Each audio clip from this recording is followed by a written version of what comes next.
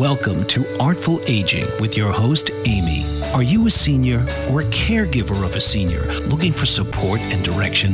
Best-selling author, educator, and expert in senior living, Amy Friesen, is here with the help you need while providing you with an important and valuable support network. So now, please welcome the host of Artful Aging, Amy Friesen. Good morning, everyone. I'm Amy Friesen, and this is Artful Aging with Amy. Thanks so much for joining me today. Today, we're discussing all the benefits of pet therapy. Pet therapy has been known to reduce blood pressure, to alleviate pain, and reduce stress. I know from working in retirement homes how important a program of pet therapy was for our residents and even for the family members who joined in. According to PossumAdvice.com, 74% of pet owners say that mental health has improved because of their animals.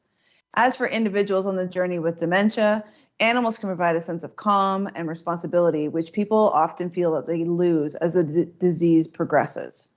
Some of our local retirement homes also have house cats and house dogs, which the residents have now known or now can enjoy in the actual retirement home. And it really does bring a homier atmosphere to the home because many of those seniors were, had animals when they lived on their own in their own houses. So to have a dog internally, as well as the residents sometimes have dogs and cats, which is pretty awesome. Joining us today is Julie Beleninsky, Director of Evaluators at Therapeutic, Paws, Canada. This organization's mission is to enhance the quality of life and health through the animal-human bond. Therapeutic Paws is 100% volunteer run.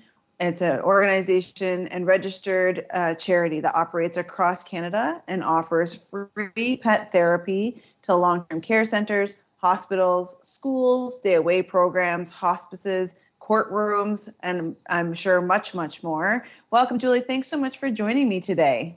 Well, thank you so much for the invitation. We're always happy to inform and spread information. Well, and I was so happy to come across your organization. So can you tell us a little bit more about what Therapeutic Paws is, as well as what your role is? Therapeutic Paws, we are a registered charity and we offer free therapy pet visitation.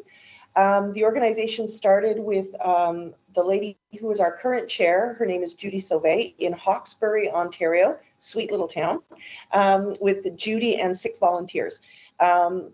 We were launched August 30th, 2002. As you mentioned, we are a volunteer-based organization and we provide these visitation programs for seniors, children, and youth. In 2003, we were granted our charitable status, which then permits the organization to issue tax receipts. And 100% of the donations go back into the programs. We have no paid positions within the organization. So everyone, the board of directors, the volunteers that visit are all doing so and donating their time. Myself, I've been with the organization since 2011. I've held positions, I've been the chair, I've been the vice chair, I've been the secretary, treasurer, and I am currently the director of evaluators. So currently I oversee all the evaluations of pets across the country, and then of course sit on the board and contribute to major decisions for the organization. That's wonderful. And is there a story behind where Therapeutic Paws came from? What was the idea bubble behind the essentially the organization? The lady who is our founder, she was with another pet therapy organization. There were some pros and cons, as there are to any organization, and she left that organization to join Therapeutic Paws of Canada and to found the organization. There were things that she saw that she thought could be improved, and some things that could be changed, and she had some ideas of her own. So she kind of branched out onto her own. That's wonderful. And it's much like my story as well, being an entrepreneur now as well, there's definitely things in retirement living that I saw that I wanted to improve on. And so, I made my company Tea and Toast, and that's what we do, right? So it's nice because every time somebody branches out, hopefully services are getting improved upon and seen differently, because not every service fits everybody. So we need to have, quite a few different ones. According to a UCLA study, the simple act of petting animals releases an automatic relaxation response. Petting an animal promoted the release of serotonin, oxytocin, and also all the hormones that play a part in elevating moods. It also lowers anxiety, helping people relax and reduce loneliness. With all these benefits, it's no wonder that so many retirement homes and long-term care homes are looking for these programs, not to mention individuals in our community as well as just other organizations. Julie, what is the main issue or problem that Therapeutic Paws addresses? I think the issues are varied. A big thing for us is we see a lot of isolation, depression. Again, you mentioned high blood pressure, stress, anxiety. A lot of it is mental health. Some of it is physical, but they can all be somewhat alleviated by petting an animal. And that was actually how I got involved with the organization, because my husband said to me once, wouldn't it be great if we could give to other people what our dog gives to us? And I went on the hunt. So yeah, it's wonderful. I personally have 4 animals. I have 2 dogs and cats, and for sure, they definitely help. And even just, getting out and playing with them or something, so you're not stuck in your own mind. Sometimes, like you said, with mental health, I had anxiety this morning because my 4-year-old's going on her first sleepover, and I didn't realize I had so much anxiety until I dropped her off at school, and I was like, oh my. And so coming home and playing with the dogs and being with them helped for sure. Who would volunteer primarily? Like, who do you see? Sorry, where do they volunteer primarily? In terms of facilities, we go into seniors' homes, residences, long-term care. We're in hospice care, palliative, schools, libraries with the various programs. Our main focus are seniors and children. Day away programs for Alzheimer's patients, pretty much wherever there's a need. We also do some visits in local businesses for their stress and well-being for their employees. That's a lovely idea as well, for sure. And definitely thinking out of the box, right? Because I wouldn't say a lot of programs do that. So to be able to offer that, that's wonderful. And for volunteers, speaking of volunteers, I can't remember if you told us, but how many volunteers do you guys have across Canada? We have over 500 volunteers across Canada that donate over 100,000 hours of their time annually to the various programs. Oh my. Yeah. Wow. Yeah, I just got a chill. That's incredible, right? There's so many people putting so much love into something. It's lovely. What are the requirements of a pet to be a part of the program? Whether, I think you do dogs and cats mainly, right? But I think we'll talk about other animals in a little bit. But what are the requirements?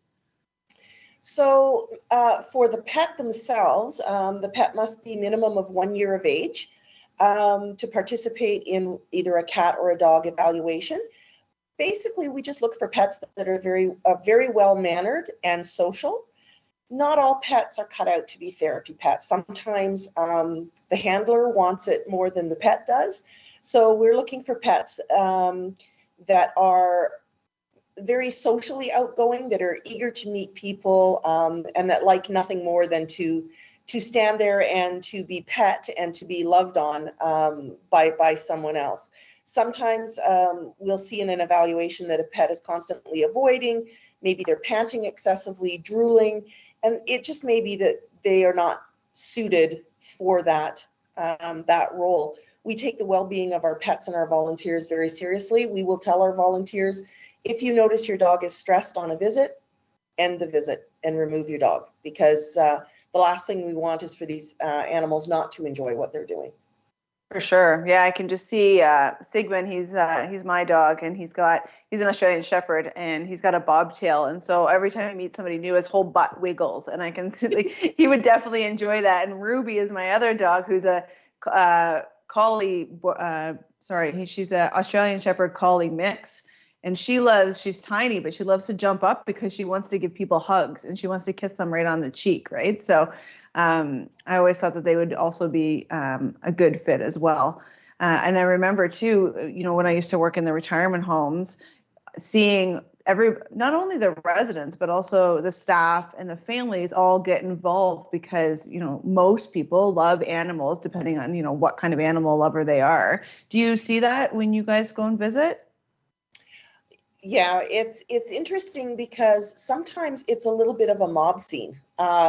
Pre-pandemic, of course, when we would go in, you might be in a lounge area in a seniors facility, and you go around the room visiting one senior at a time. But the next thing you've got a couple of staff members that are there, and it really is a win-win-win for everybody. The clientele that we visit, the staff at the facilities, even the volunteer, because obviously we're there because this is something we want to do and that we enjoy doing as well. So. Yeah, the program that we used to run when I worked in the homes was a group program, and so they'd all sit in a circle and have the dogs come in. It was mostly dogs at that point, and then just visit that way. Do you guys do a mixture of like group and individual, or you more so do individual? So we only go to facilities. We do not go to private homes. We used to, again, pre-pandemic, a lot of times our handlers and their pet would go room to room. Okay. So it would be very much a one-on-one. With the pandemic the way it is, and of course, trying to keep things sanitary and clean and whatever, we've stopped the room to room, and now we will only visit in those lounge areas or common rooms. And again, like you said, oftentimes the residents are sitting in a circle and the dog will go from person to person, or they're dispersed throughout the room. But again, the handler and the dog will go person to person. Mm-hmm. Speaking of COVID, how have you found the last couple of years? I'm guessing that you probably had to reduce a lot of things that you were doing. How did you guys manage that, and what did you do for the last couple of years? We actually stopped in-person visiting for the safety and well-being of our volunteers, as well, of course, as our clientele. Nobody wants to be on the receiving end of COVID for sure.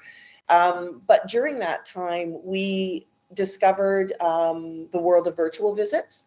So we actually did a large event with CBC, and they had breakout rooms, and we had dogs and handlers in breakout rooms with groups of people, and people had their own dogs on screen from CBC, which was great. We had our dogs on screen, and it was just conversation, right? But it's still not as good as in person, but because you want your hands on the dog, but it was something that we've managed to make it through. And there have been the odd event supporting our frontline workers, of course, and we have been in the courts because unfortunately that is something that doesn't go away. But we do have very strict protocols in place in terms of hygiene, masking, and that kind of thing for our volunteers. So I can see like a Zoom meeting with all of the different dog faces on it, just the dogs. That's what I'm visualizing. And I think that a lot of people have been getting a lot of benefit from working at home because so many of us are pet lovers. And then the pets, they're around. A lot of people got puppies during COVID and because they have time to do it. And one of the problems I'm finding at the moment is that because we've been so close to our dogs and cats, but specifically our dogs, for so long, I think that they've kind of developed a little bit more anxiety because when we leave, they seem to be a little bit more anxious. Have you seen that with any of your pets, just like, just handling them in general? Had their attitudes changed since COVID? I'm sure that they have. I know myself personally, I have two large dogs, one that is a 6.5-year-old female and then a 3-year-old male. My male is a rescue. We've had him a couple of years.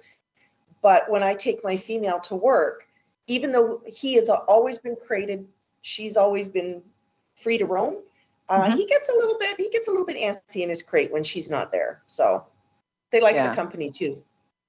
They love the company, and I didn't expect to have that anxiety kind of, I guess I just didn't even consider it. They have anxiety kind of generally speaking, but it's definitely increased since COVID. But we're gonna take a break. We'll continue this conversation when we come back because we have a lot to cover today. So do you have a pet in our audience? Post some comments on our video perhaps when we're finished here today and let us know what type of animal you have. So we'll be back in just a few minutes on Artful Aging with Amy. Hi there. Thanks for joining us again. Julie and I are speaking about pet therapy and all the benefits that come with it. Julie, I was quoting the UCLA study earlier, and one of the findings that the study noted was an increase in mental stimulation. The study noted that animals could assist someone in recalling of memories and help with sequential temporal events. Have you seen any animals be a positive influence in the lives of the folks who are on a journey with dementia? Do you happen to have any stories to share? I've definitely seen a positive influence a number of times. I used to have two dogs that I visited with. One was a Great Pyrenees, and the other was a Leonberger Mastiff mix. So he was quite a big boy. Mm-hmm. And I was fortunate with both dogs to visit some absolutely amazing people. With my Great Pyrenees, her name was Lacey. We visited a gentleman that we found him. You know, he was in a facility. And it's rare to find people who know that particular breed because they're not a mainstream breed, and they're a working dog. But he knew the breed and actually came from the region where the breed was from, which is the Pyrenees Mountains between France and Spain. And his family used to have a sheep farm when he was a young boy, and he oftentimes recalled his childhood and how the dogs would guard their flocks of sheep, regardless of whether they were in a pen or whether they were out in the fields, or in the hills or whatever. And he said he often found that they would not only protect the sheep, but the family themselves became part of that flock. And he said he always felt protected when he was with them. And he said he knew that when he was outside with the sheep and with those dogs, he said nothing could touch them. But that was his past. He was, I would say he was in his early 80s to mid 80s when we met him. And to see that recall that he had, was amazing. And then his family, I met his family on one of our visits, and they indicated to me that it was the first time they'd heard the story. They didn't know that was part of his past and his history. And they were surprised that he remembered it. What a lovely connection for everybody involved, really. Just like, it's hard to know everybody's life stories, especially if it's your parents and things like that. It's like those little triggers that obviously hadn't come up, right? And it's just that little trigger, and like all of a sudden he has this giant story about, his past that I'm sure just like brought his family so much closer. It must have been really lovely for you to be a part of that as well. It was, and with the Leonberger Mastiff mix that I had, it was a woman who she shed happy tears as she remembered her youth with horses, and when she first kind of went down that path, it took me a quick minute to realize that the reason it triggered her horse memory was because of the size of my dog. I was going to say because he's giant, right? She made a joke that he was a small pony. Ah, okay. And who let the horse inside? Did they not know it was supposed to be outside in the barn? So he was able to help this beautiful soul remember her younger, more carefree days, far from the challenges that she was dealing with now. So yeah, I can see how that would trigger. I'm a little shy around mastiffs only because I tend to get pushed over really easily with the bigger dogs, and so I like the ones that are like hip high. Yeah. I don't know why. It's my experience with a mastiff in general, just because they're just giant, which has been interesting. I spoke at the top of the show about ways that pet therapy could benefit seniors. What other ways have you seen seniors in particular benefit from having the therapy dogs visit? Is there anything that's happened? My thoughts kind of go to the folks in palliative care, actually. How has that been beneficial for them? It really helps bring them a sense of calm. It really, I know for myself, I can have the worst possible day, but I go home and spend 5 minutes on the couch with my dog, just, petting them and loving on them. And it's that quiet understanding. Animals have this intuition that they just really seem to know and understand what you're feeling and what you need. Palliative care, obviously, in some cases, the individuals may not necessarily be coherent, but they still feel, they still hear. I know my personal experience when my mother was in palliative care, she knew what was going on around her. She couldn't speak, but she felt the love, and she could hear the conversation. It also brings comfort to the families that are there. It helps alleviate some of the stress and the anxiety and sadness that they're feeling, if only for a brief moment. Mm-hmm.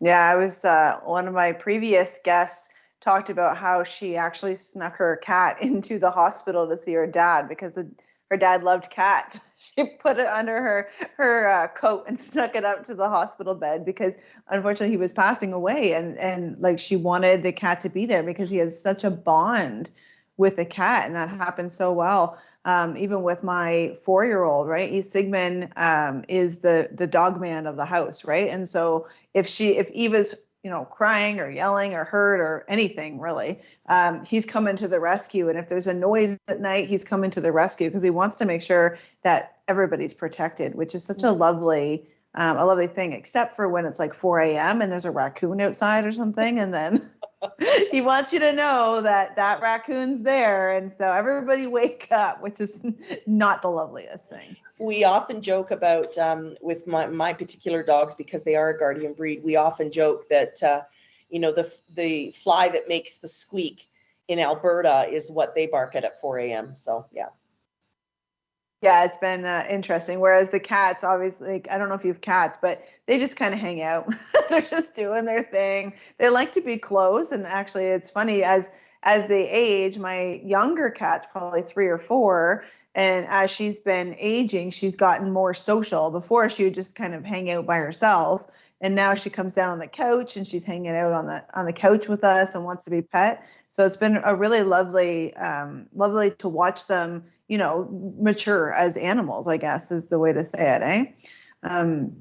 Okay, so let's take another break. Let's take a time for a stretch. After the break, Julie and I are going to continue our conversation. You're watching Artful Aging with Amy on Bold Brave TV. We will see you in a few minutes. Welcome back. We are talking with Julie today from Therapeutic Paws about all of the benefits and loveliness surrounding having animals and humans together. And like I said, I have 4 animals, so I'm knee deep in it all the time. Sometimes it's a little bit much, but that's also when you add in the 4-year-old and the husband as well. There's a lot of beings here. Julie, could you give our audience a general idea of how a typical visit might look, and if there are any differences between how you might visit in a nursing home versus a retirement home versus a business? And again, just for our viewers, a nursing home is kind of a higher level type of medical setting.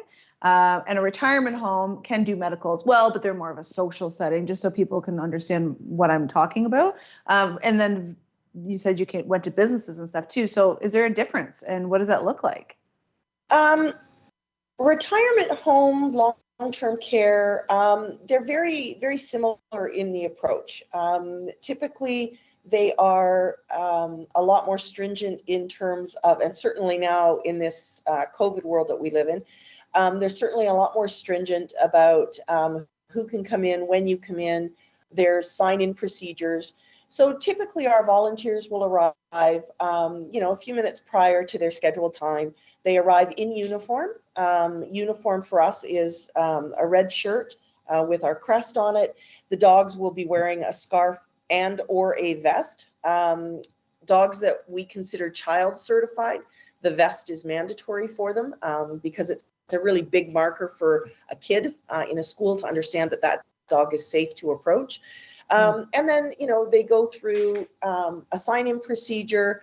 They will sanitize the dog's feet if they can with maybe a wipe or some tea tree oil mixed in with water or whatever, so that the dog doesn't bring anything into the facility. They'll sanitize the leash, and then they'll go in and go to the assigned area, a predetermined area usually, and they will go in and visit. In between contact from one patient to another, currently they are sanitizing their leashes wherever possible, because the residents do tend to, some of them like to hold the collars, or they like to have their hands on the leash. Prior to COVID, when I would visit, there was one lady who used to walk with me down the halls. And she used to like to pretend that she was holding the dog. So she would hold, the middle of the leash, and I would hold the handle, kind of thing. And then we just go basically around the circle. We have wonderful conversations, whether it be about the dog, about the senior's memory of their own childhood, or the dogs that they used to have. And just interact. I mean, it amazes me how a senior really blossoms when someone gives them a little bit of attention. Unfortunately, oftentimes a lot of the seniors in these homes, I'm not going to say that they are forgotten by their families, but they are less of a priority, shall we say. And it's really beautiful to see the way they just come alive when they do interact with the dog.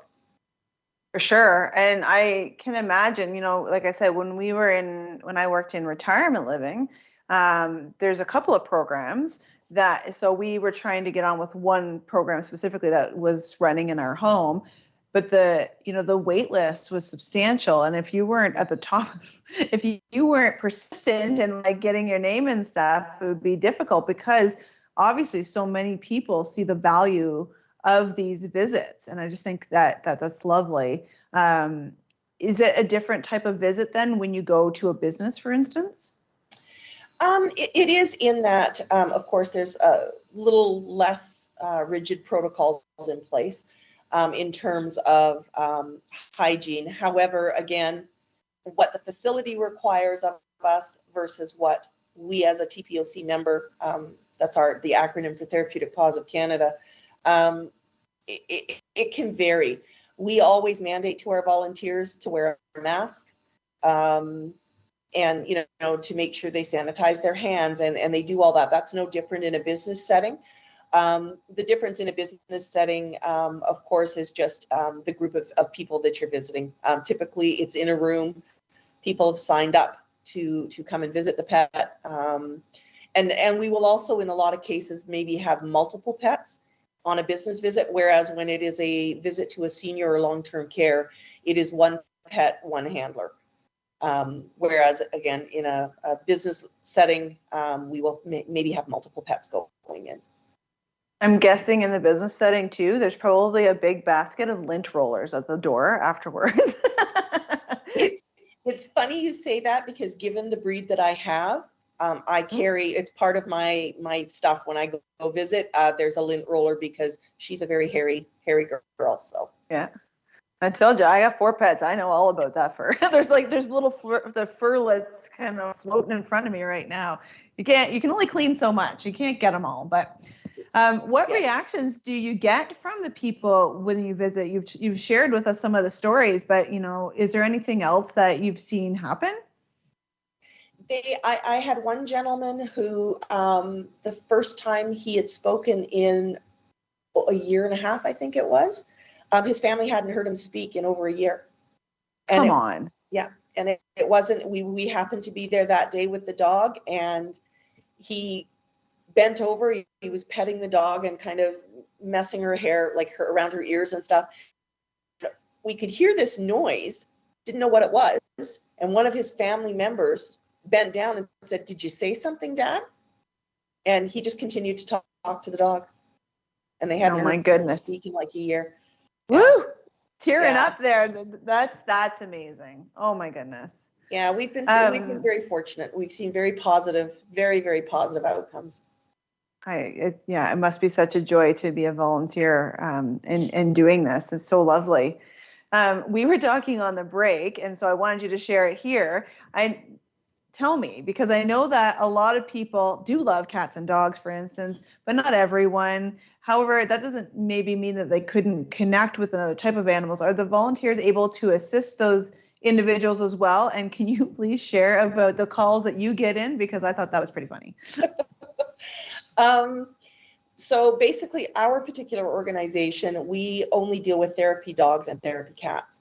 There are organizations out there that will certify for therapy work other animals.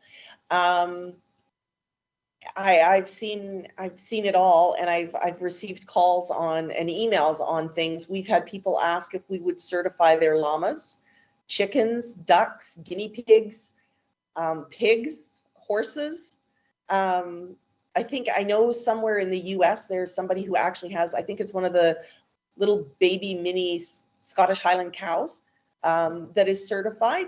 There are organizations out there that will certify those types of animals, and that's great. I mean, we can, if people get comfort from it, then we're all for it. Well, and it's also too, it depends on, where you live and where you're brought up, where, there's rural all over, right? And so I'm in Ottawa, and there's definitely where I live, there's more rural, right? And that's the farmers and whatnot would be probably more interested in probably dogs as well, but like other animals, like you said, horses and cows and ducks and all sorts of stuff. So it's nice to know that there's other organizations that might be able to help with that as well. Well, Julie, we're at a break again.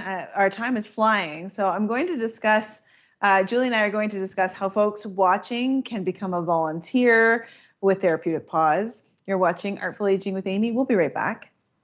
Welcome back to Artful Aging. I'm your host, Amy, and we've been speaking with Julie from Therapeutic Paws of Canada. As I was saying before, I remember working in both retirement homes and nursing homes, which are also called long-term care homes, and having programs like this come into our residences. And I tell you, honestly, the family and staff, like we were saying, just get so much joy out of these visits, just as much as the residents. And it was always so lovely to see. And as I was just saying, it can be tricky, though, to get these types of services in because, as Julie was saying, most of them are all volunteer run, and we need to get some more volunteers involved because, we're at a limit, right? So it's hard to get these services in sometimes. So Julie, maybe you could explain how someone from a facility like a nursing home or a retirement home can get one of your teams to come into their home. Okay, so again, as an organization, we'll pretty much go wherever we're able to. A facility like a nursing home, they would have to contact one of our local team leaders. So if they were to visit our website at tpoc.ca, they would be able to find a list of team leaders. It's broken down across the country by province and by city. And all the contact information is there. That team leader can then guide them through the process. Most of these facilities have very stringent rules kind of on who can come in and when and that kind of thing. And we would match the facility up with a volunteer because not all volunteers are comfortable, for example, doing hospice or palliative care. Right. It takes a very special, just like our court dogs, it takes a very special group of people to do that. And then they would go through whatever the onboarding procedure is at the facility, make sure that our volunteer understands, kind of the rules and guidelines, and they could set up regular visitation, whether it be once a week, once every couple of weeks. What we do ask our volunteers is if you commit to once a week, you go once a week. Because the seniors very much look forward to those visits. So for sure, yeah. And when we were doing it, again, when I was in the homes, we were only lucky enough to get once a month if we were lucky. So so being able to have once a week as an option it was really delightful. And on the note of volunteers, do you know that nearly half of Canadians volunteer? Volunteering can and does look different for everyone, and it doesn't have to look the same or for the same reasons. People do volunteer for different reasons and different passions. So, Julie, can you let our audience know if they're interested in becoming a volunteer for TPOC? How would they go about doing that? Okay, so many people think that when you volunteer with an organization such as ours that you have to have a dog or a cat. We do have what we call non-visiting members, and those are the members that might help out in an evaluation at a public event, help with the back-end paperwork that's required and that kind of thing. So just because you don't have a pet doesn't mean that you're not a fit for the organization. If you do have a dog or a cat that you would like to visit with, or that you think would make a great therapy pet, you can again reach out to your local team leader who will conduct an interview to see if the team, and when I say the team, I kind of put some air quotes around that because the team consists of the handler and the pet, to see if they qualify to participate in an evaluation. Once they pass the evaluation, there's just a few more steps that they need to take, and one of those is provide a clean or clear vulnerable sector police records check, because we are dealing with the vulnerable, whether it be it children or seniors. They would need to provide us with references and then successfully complete a series of monitored visits. And those monitored visits are where once they pass the evaluation, they would go with the team leader or an experienced member and go through the process of learning how to visit. Some simple things that we might do as just a member, a visitor, is you might go into a room and somebody maybe has gotten their wheelchair stuck in a corner. As a regular person, you might go in and you might help them maneuver that chair out of the corner. We ask our volunteers, you can't do that, because if you move them the wrong way, if something happens, if they want a glass of water, you cannot give them a glass of water. You need to go and get someone to get that for them, because you cannot give them anything. So just, just making sure that the volunteer understands the parameters and the guidelines under which they need to visit. Well, and it's great that you're so thorough, even, references and vulnerable sector checks and such, just to make sure that everybody's on the same page. And it's really, really good that you give them direction, because, the environment of nursing homes and retirement homes are so different, and a lot of people are unfamiliar with them. So to have that understanding is really helpful. Julie, if someone watching is interested in donating, how would they go about doing that? They could go to our website, which again is tpoc.ca. There is a donate button. Just click on the button and you can donate by a credit card. Of course, we do accept checks and money orders as well. And that can be done by making your check or money order payable to Therapeutic Paws of Canada and mailing it to P.O. Box 5024 in Hawkesbury, Ontario. The postal code is K as in kilo, 6A as in Adam, 0A as in Adam 4. Wonderful.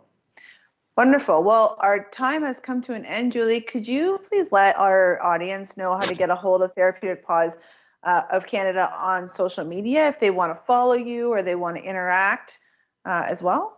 Sure. We do have a national Facebook page. We can be found at TPOC National on Facebook. Our Twitter is Therapeutic Paws or at Therapeutic Paws, and there is no space, Therapeutic and Paws. We are also on Instagram, Therapeutic Paws of Canada, and YouTube under Therapeutic Paws of Canada. As someone who manages that many social medias as well, like I do as well, that's a lot of social medias to manage. So it's wonderful that you guys are so visible, because there's a lot of organizations I find as well that are volunteer run or whatnot that aren't as visual and visible as you guys are, which is lovely because you want people to find you, obviously. So, well, thank you so much, Julie, for joining us today. It was really enlightening, and your stories are so very touching. So thanks for coming on. Thank you so much for having me. It was a great conversation, and hopefully we'll be able to do it again and maybe next time in person. Awesome. Awesome. After the break, I'm going to tell you about some fun facts that I found about pets just for the heck of it, I think. So you're watching Artful Aging with Amy on Bold Brave TV. We'll see you in a few. Welcome back. I hope that you enjoyed today's show. I hope that some of you will reach out to the Therapeutic Paws of Canada to volunteer. I love that Julie also mentioned that you don't have to have an animal to volunteer. There's lots of other jobs. I'm sure they can put you to work over there. I think it's such a great organization. So I thought that I'd end today's show by sharing some fun and interesting facts that I found on the internet. So number one, did you know that a dog could be right or left-handed like humans? So I decided to test this out on my dogs, and I chucked a toy for them and to see which paw they actually reach out with. And I can tell you that Sigmund is for sure right-handed, whereas Ruby, I think that she might be ambidextrous because she likes to use both feet and her mouth to catch toys, not one or the other. Let me tell you, I tried this quite a few times just to find out.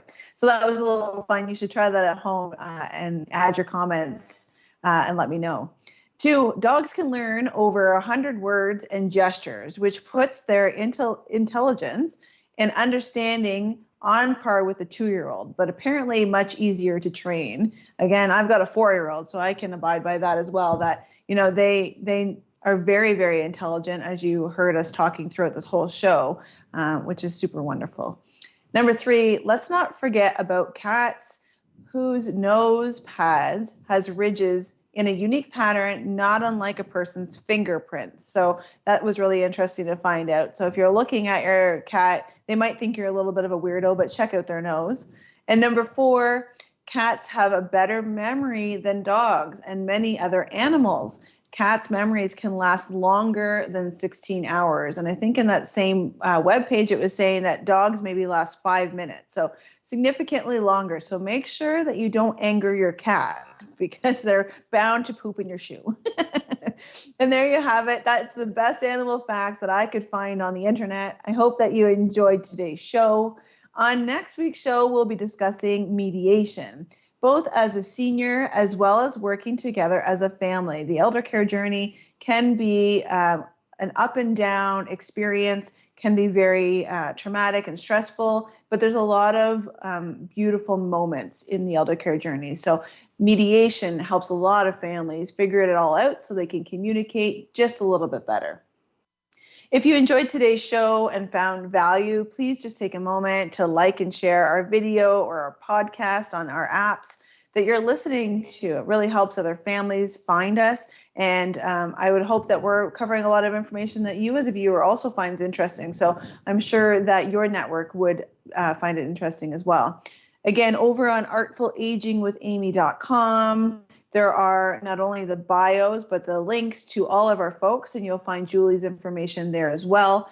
There's also a lot of direction for downloadables and different things that you can get off of our website, including my book and other printable things. So have a look over there if you're happening to be struggling in your retirement or elder care journey. We'd be happy to help.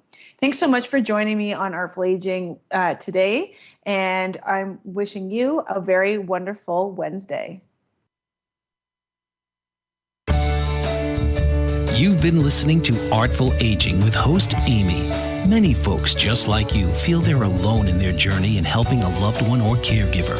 So tune in each week and let Amy show you that help is around the corner and is just one conversation away. Here on Artful Aging.